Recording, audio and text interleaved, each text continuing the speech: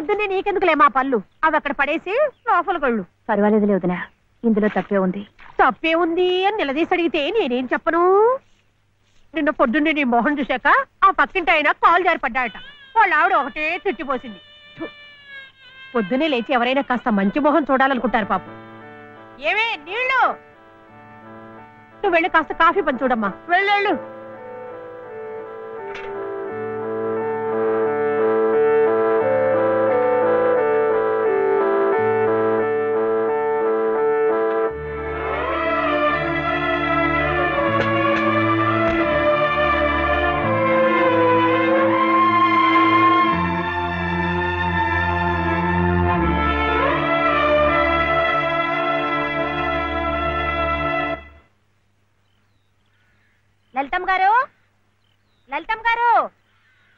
లలితమ్మ గారు అదేమిటి రోజు ఎంచగ్గాను దుర్గమ్మ గారు అని నా పేరు పెట్టి పిలిచేదానివి, ఈ రోజు ఏమిటి లలితమ్మో అంటా గావు కేకలు? దుర్గమ్మ లలితమ్మ అయిపోయింది ఏమిటి?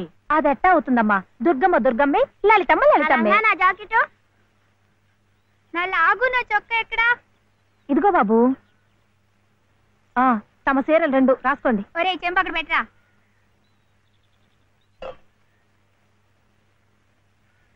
రా బాబు, ఇదిగో మీ అమ్మగారివి 6 చీరలు. ఇదిగో ఉన్నాయి, ఇవి నీ చట్లు నిక్కర్లు, జాగ్రత్తగా పట్టుకెళ్ళు. అమ్మో ఇన్ని బట్టలే? మొగుడుతో కాపురం చేసే నేనే ఒంటి మీద బట్ట రాతి మీద బట్టతో అఘోరిస్తున్నాను. మొగుడు లేని ఇవిడి గారికి అమ్మా రేవుకు 6 చీరలే. ఇట ఈ స్త్రీలకి స్త్రీలకి ఆయన గారి సంపాదనంతా తగలేస్తే నేను నా బిడ్డలు అడుక్కు తినాల్సిందే. చిచ్చి మీ బట్టలే అనుకున్నాను, నీ మనసు కూడా నీరకాయ పట్టి మురికెత్తిపోయింది. ఒక్కసారి మీ ఆయన గారు ఉడకేసి ఇస్త్రీ చేస్తే నా స్వామి రంగా. ఏమిటే గొడుగుతున్నావు? అబ్బే ఏం లేదమ్మా. అయినా మీరు కూడా ఏందమ్మా, దేవుడు ఏదో చిన్న చూపు చూడబట్టి ఆవిడ మీ ఇంటికి వచ్చింది గాని నిన్నటిదాకా ఆవిడ లక్షణంగా బ్రతికిన మనిషేగా. అంటావు మధ్యలో నీ సమయం పోయింది. బట్టలు ఎక్కువేస్తే డబ్బు బాగా గుంజొచ్చని నీ ఆలోచన. ఆవిడ గారి బట్టలకి మీరేం డబ్బు ఇవ్వక్కర్లేదులేండి, పుట్టాడు కష్టంలో ఉంది. ఆవిడికి ఈ పాటి సాయం చేస్తే పుణ్యమైనా దక్కుద్ది. ఆహా, అంత పుణ్యం కావాలంటే నీ కొంపకి తీసుకెళ్లి నెత్తిన పెట్టుకు పూజించు ఈ సంతని. ఆవిడ రావాలే గాని ఆ మాత్రం అన్నం పెట్టలేకపో. మా కొంపలు ఇరుక్కు కావచ్చు కానీ మా మనసులు ఇరుక్కావు. మనసులు గుండెలు కోసి పెడితే సంతోషపడే ఘటాలు కావు. ముప్పుద్దులా మేపినా మనుషుల్ని పీక్కు తినే రకాలివి. అమ్మా అన్నం పెట్టవా? వచ్చి భుంచొద్దు గాని పద, బడికి టైం అవుతుంది. ఏమ్మా పిల్లాడికి అన్నం పెట్టకుండానే స్కూల్కి పంపుతున్నావు? మాటంటేనే మూతి విరుపులైతే చాలా కష్టం. ఈ పూటైతే మాన్పించావు, మధ్యాహ్నం తప్పుతుందా, సాయంకాలం తప్పుతుందా, రాత్రికి తప్పుతుందా? ఈ ఒక్క పూట ఆదా చేస్తే మాకేం మిగిలేదు లేదు. శుభ్రంగా కూర్చోపెట్టి వెళ్ళవయ్యా వెళ్ళు. అది కాదు దనా, నిన్న పొద్దున అన్నం తిని కక్కుకున్నాడు, అందుకని. పడ్డలేదంటే ఇడ్లీలు బొడ్లీలు చేస్తాననుకుంటున్నావేమో. 3 రోజులు అన్నమైనా కుండలో వేస్తే ఎగబడి తింటారు నా బిడ్డలు. వేడు అలవాటు చేసుకుంటాడులే వదినా.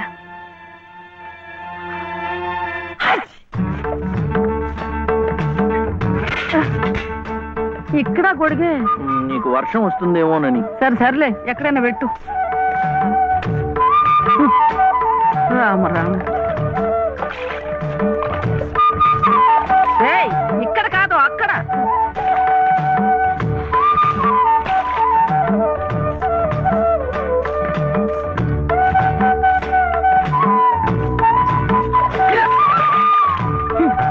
రామచంద్ర,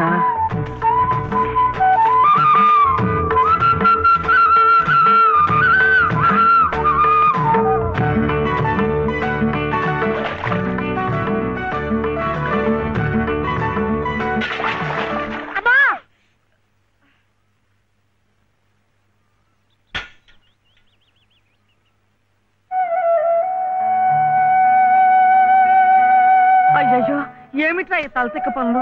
చూడలేదు. సర్లే, బిడ్డ పూర్తిగా తడిసిపోయాడు, ఏమనుకోకమ్మా. పర్వాలేదు.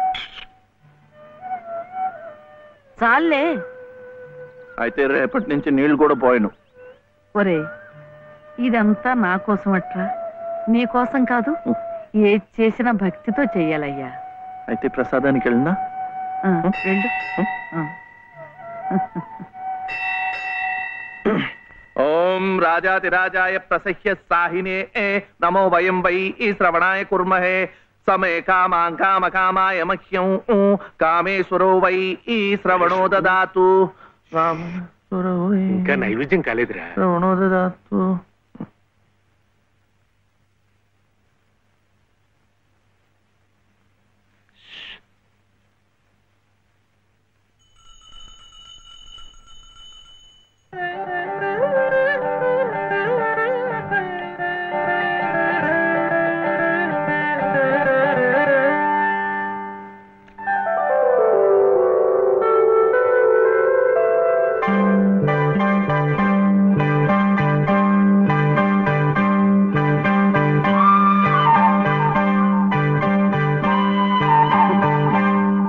చూస్తున్నానండి, మీరు తినకుండా అంతా బాబుకే తినిపిస్తున్నారు.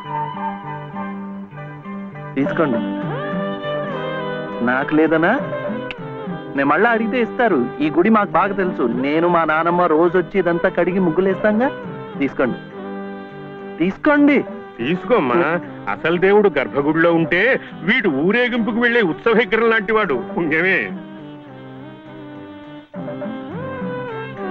రాజమ్మ, ఆ అమ్మాయి ఎవరో తెలుసుగా? మన చలపతి చెల్లెలు లలిత. అలాగా? నేను గుర్తుపట్టలేదు.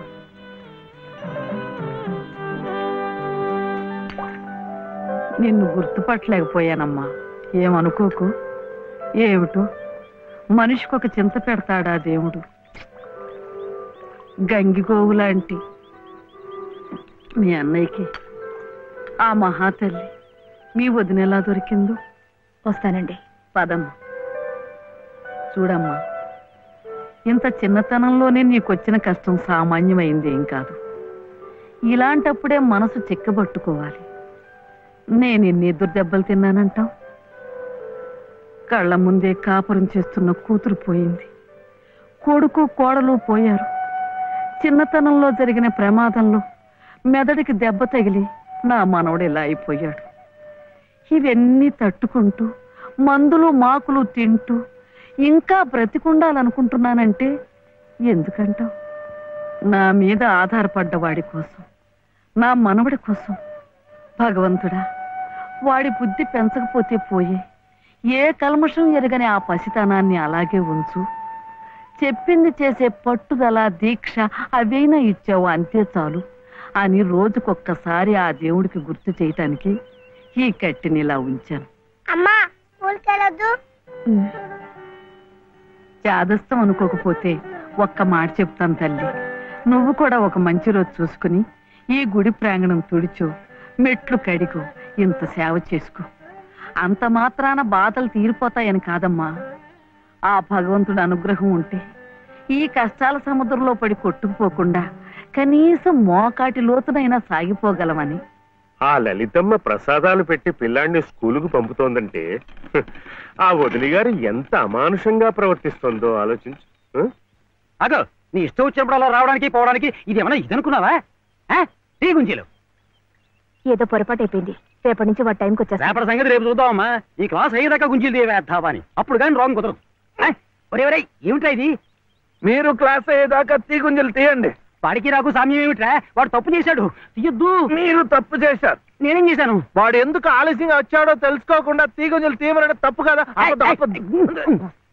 రే, ఎందుకు ఆలస్యమైంది? నువ్వు తీయొద్దు. ఏమ్మా, ఎందుకు ఆలస్యమైంది? వాళ్ళ వదిన బాగా చూసుకోపోతే గుడికి నిజమే కదా, గుడికి తీసుకెళ్లి ప్రసాదం పెట్టి తీసుకొస్తోంది పాపం. అన్ని మెట్లు ఎక్కి దిగాలంటే ఆలస్యం అవుదా? అవుతుంది. ఆ సంగతి చెప్పొచ్చు కదమ్మా. అంతే. ఆపు ఆపు. మాస్టారు, రేపటి నుంచి గుడిలో ప్రసాదం అయిన తర్వాత వీడు వస్తుండగా చూసి బెల్లు కొట్టండి. అట్టాగే లేరా. వెళ్ళు వెళ్ళు. నీ పేరేమిట్రా? బాలసుబ్రహ్మణ్యం. బాలసుబ్రహ్మణ్యం.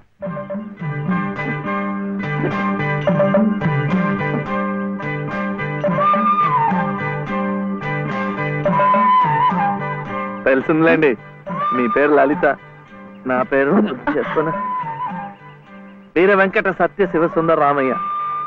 మీ పేరులో 3 అక్షరాలే, లలిత. నా పేరులో 3 ఉన్నారు. వీర వెంకట సత్య అన్నవరం స్వామి, శివ నేను, సుందరరామయ్య మా తాతయ్య. మరి మీ పేరులో ఎవరున్నారు? ప్రస్తుతానికి నేను, మా బాబే.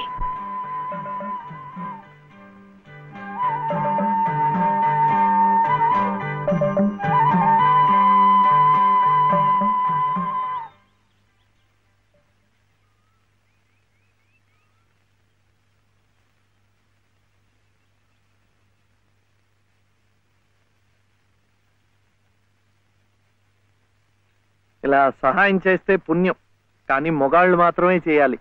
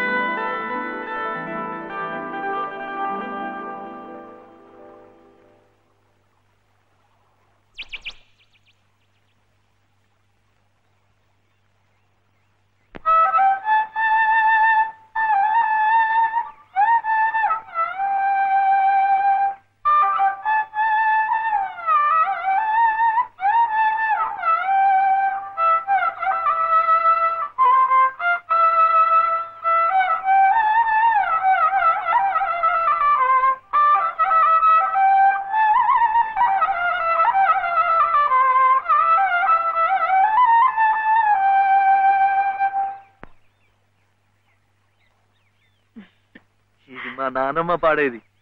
ఏమిటి చెప్పండి.